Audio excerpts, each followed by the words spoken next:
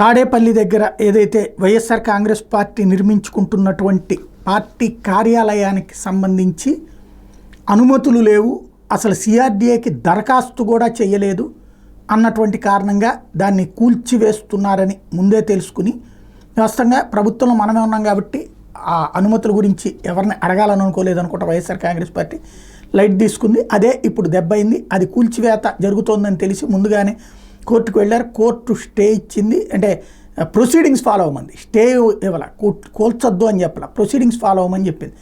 అది ప్రొసీడింగ్ ప్రకారం నోటీస్ ఇచ్చి ఆ తర్వాత కూల్చాలి. ఈవేళ కూల్చివేత జరిగింది. ఈ అంశం మీద జగన్మోహన్ రెడ్డి స్పందించారు. ఆంధ్రప్రదేశ్లో రాజకీయ కక్ష సాధింపు చర్యలకు దిగిన చంద్రబాబు తన దమనకాండను స్థాయికి తీసుకెళ్లారు. ఒక నియంత్రణ తాడేపల్లిలో దాదాపు పూర్తిగా వచ్చిన వైఎస్ఆర్ కాంగ్రెస్ పార్టీ కేంద్ర కార్యాలయాన్ని బుల్డోజర్లతో కూల్చివేయించారు. హైకోర్టు ఆదేశాలను బేఖాతరు చేశారు. రాష్ట్రంలో చట్టం న్యాయం పూర్తిగా కనుమరుగైపోయాయి.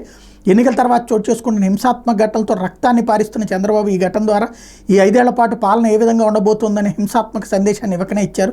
ఈ బెదిరింపులకి, ఈ కక్ష సాధింపు చర్యలకు వైఎస్ఆర్ కాంగ్రెస్ పార్టీ తలొగ్గేది లేదు, వెన్ను చూపేది అంతకన్నా లేదు. ప్రజల తరపున, ప్రజల కోసం, ప్రజల తోడుగా గట్టి పోరాటాలు చేస్తాం. దేశంలోని ప్రజాస్వామ్యవాదులంతా చంద్రబాబు దుశ్చర్యను ఖండించాలని కోరుతున్నానంటూ ప్రకటించారు.